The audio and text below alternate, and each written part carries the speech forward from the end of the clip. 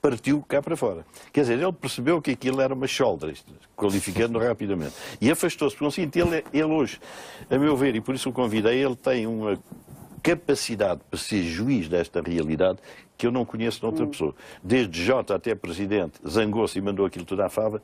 Não sei se há algum outro exemplar. Mas eu tive muitos convites, até para ser membro do governo do Dr. Durão Barroso, onde estava o Dr. Paulo Portas. E eu fui convidado pelo Dr. Ribeiro Castro, a pedido do Dr. Paulo Portas, já depois de me ter zangado com ele, para ser deputado.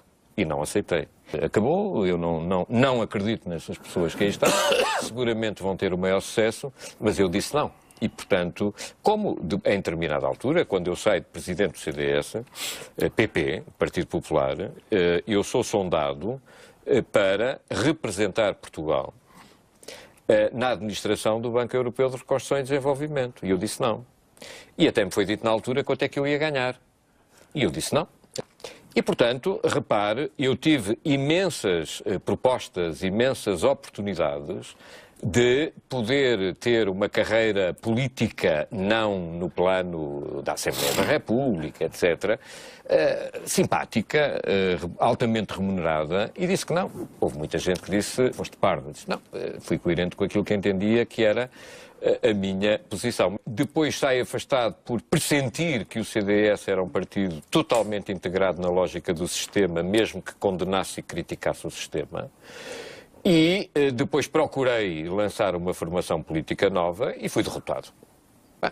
É tão simples quanto isso. Portanto, os portugueses não entenderam a minha mensagem. O sistema político português foi capturado.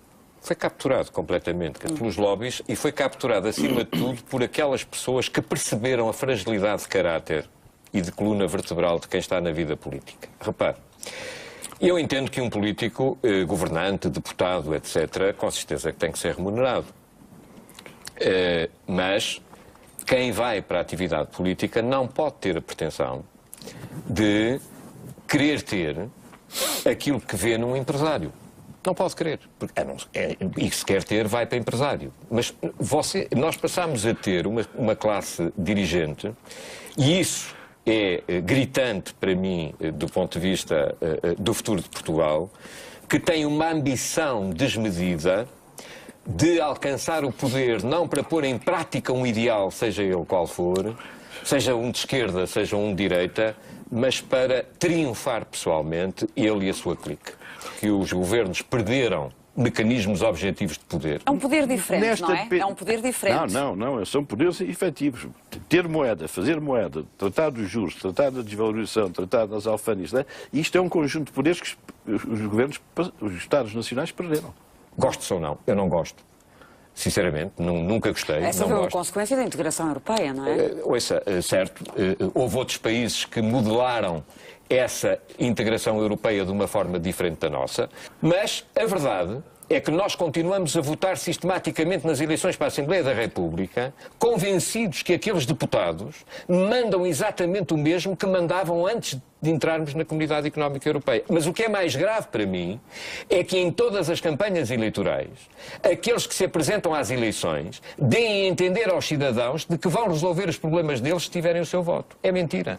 Mas é mentira nas eleições para a Assembleia da República como é mentira nas eleições para a Presidência da República. O que a mim me espanta é que os portugueses ainda acreditem nisto. A alternativa primeira é denunciar isto. Sim. É dizer aos portugueses que há anos em que cerca de 70%, eu estou a fazer um trabalho nesse âmbito na Academia, na Universidade de Lusíada, cerca de 70% das leis que dizem respeito à nossa vida, à nossa e à dos portugueses que nos ouvem, não são feitas na fábrica da Assembleia da República. Ora, se cerca de 70% das leis que orientam a nossa vida não são feitas na Assembleia da República, eu tenho o direito de perguntar para que é que eu quero ter tantos deputados. Para que é que eu quero ter tantos ministros? Para que é que eu quero ter tantos secretários de Estado? Mas isto é tão grave que mesmo nas eleições presidenciais, mesmo os candidatos sabendo que não vão mandar nada, apresentam programas eleitorais aos cidadãos sobre a saúde, a educação, a cor do cão, a cor do automóvel, e depois não estão etc. em condições de cumprir, não é? E que depois não estão em condições de cumprir. E o que a mim me espanta é que os portugueses ainda acreditem nisto. O que a mim me espanta é que os portugueses ainda acreditem nisto. O que a mim me espanta é que os portugueses ainda acreditem nisto. O que a mim me espanta é que os portugueses ainda acreditem nisto. Nas últimas eleições, pela primeira vez na minha vida, abstive-me.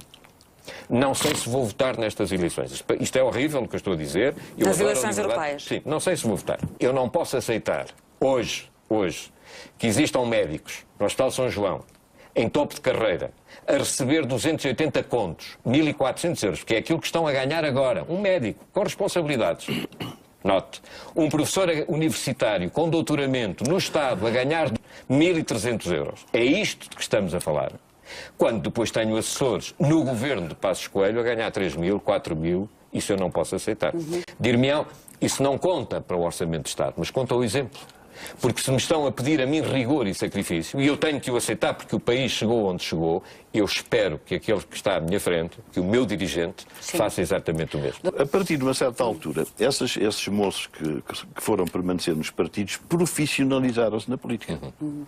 Da mesma maneira que o empresário funda a empresa para ganhar dinheiro, esta gente tem que ganhar eleições para ganhar dinheiro. Porque essa é a profissão deles. Um rapazito, eu vejo aí no Diário da República, 22 anos, 6 meses de estágio, entra a ganhar 3.000 euros, não sei o quê.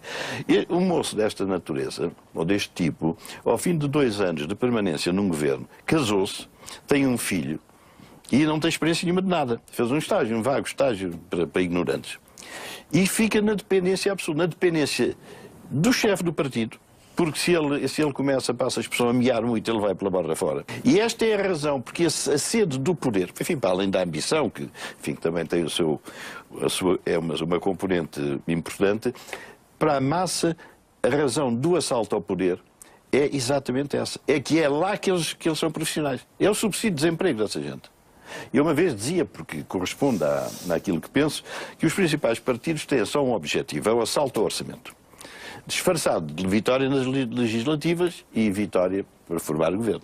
Uns desviam-se, para além do salário ainda fazem os negócios e a partir de determinada altura, Sr. Doutor, o que está em cima, se quiser manter em cima, tem que manter os que estão em cima. Exatamente. Eu ensino Ciência Política e Ética em Direito para o Parlamento Europeu. E é público, eu não ganhei dinheiro no Parlamento Europeu, portanto, todo o dinheiro que eu ganhei, metade dei a instituições de solidariedade social e a outra metade dei ao meu próprio partido. Quero-lhes dizer com muita franqueza que se fosse hoje ao partido não davam tostão, porque ninguém me agradeceu rigorosamente nada depois do Parlamento Europeu na altura ainda quis que eu devolvesse o dinheiro que dizia que estava a subsidiar devidamente o partido. Depois fui deputado nacional 3 anos, nunca recebi um subsídio de reintegração na vida ativa, e fiz uma cartinha dizendo eu não aceito a reforma, a não ser que este tempo em que eu aqui estou conte para a minha atividade profissional. A partir de determinada altura, há pessoas, e é por isso que eu sou favorável à limitação dos mandatos, há pessoas que chegam aos cargos político-partidários cheios de boas intenções, porque há gente séria, há gente válida, e a maioria em todos os partidos. Só que a partir de determinada altura, essas pessoas, se querem efetivamente manter, têm campanhas eleitorais para fazer, têm tempos de antena para pagar, etc., etc., percebem que ou entram no jogo, ou mais dia menos dia têm que vir embora. Eu percebi isso comigo. Há muita coisa que eu ainda não disse. E tenho que lhes confessar que eu não sei se posso dizer, não que tenha medo de o dizer, só por uma razão. Se eu não o disse na altura, ficar-me-á bem dizer agora. Está a ver? E essa é uma questão que, volta e meia, eu penso sobre isso. Mas eu percebi isso. Eu percebi isso, por exemplo, quando pedimos um inquérito à privatização do Tote Açores, em que os documentos desapareciam. Eu pedia documentos ao Banco de Portugal e pedia documentos à Presidência do Conselho de Ministros, à Secretaria-Geral da Presidência do Conselho de Ministros. E não lhe davam. Os documentos tinham desaparecido. Ou seja, quando você começa verdadeiramente a mexer no sistema, as reformas do Estado. Porquê é que não há reforma do Estado? Não há reforma do Estado porque nós sabemos que há muita gente que, embora tenha grandes empresas privadas, e são apresentados na TVI, na SIC, na RTP, como grandes empresários, vivem à custa do Estado. Vivem à custa do Estado. Se não fosse o Estado, eles não viviam. Portanto, Vivem à custa do Estado. Se não fosse o Estado, eles não viviam. Portanto, concorda com a ideia do Dr. Medina Carreira Sim, de mas que a luta pelo poder passa pelo assalto Claro. ao Não, orçamento? mas sobrevive como elemento da máquina. Mas também não é tudo assim, Dr. Medina Carreira. Os líderes- Quem nos está a ouvir, enfim, isto é uma democracia que a democracia está apoiada em partidos, não é? Não, Eu vivi isso. mas basta Onde é que é pior? Onde é que acha que hoje é pior? É pior nas dependências que existem. Olha, se nós fizéssemos... Portugal é pequenino. Se nós fizéssemos todos uma verdadeira auditoria, mas uma auditoria externa. Externa no sentido de pedir a alguém que não estivesse Que não tem nada aqui, a ver com isto. que não tenha nada a ver com isto, que nós fizéssemos uma auditoria externa para perceber quem recebe avanças, porque é que recebe avanças, quais são os hospitais que dão avanças, porque é que há processos que sistematicamente se atrasam e nunca vão para a frente. Nós perceberíamos, está a entender, que há aqui pessoas muito concretas que efetivamente dominaram por completo isto. Dominaram por completo isto. Como é que isto muda? Devíamos ter limite de mandatos. O limite de mandatos é uma questão fulcral. E temos um limite de mandatos. Na presidência da Devíamos República, ter um 2 limite mandatos. de mandatos Pois, em, mas em todos os outros cargos. Esta coisa de termos um limite de mandatos de 12 anos nas câmaras municipais, isto é uma ficção. Sim. E é uma ficção termos um Presidente de Câmara que não pode concorrer novamente à Câmara, mas pode concorrer a vereador. Portanto, isto é uma ficção, quer dizer, portanto, ele pode concorrer a vereador, pode ir para assessor do Presidente de Câmara, contentíssimo com esta conversa de que estamos a subir e que estamos a crescer e que os mercados estão a funcionar muitíssimo bem. Eu espero que isto se mantenha depois das eleições europeias e que depois das eleições europeias este crescimento todo que está a ser apresentado se verifique, mas eu tenho as maiores dúvidas. Mas a verdade é que a dimensão que é preciso ter para que este país cresça e para que muitos abusos que continuam a ser feitos na máquina do Estado desapareçam... É preciso que muita coisa seja alterada. muita coragem.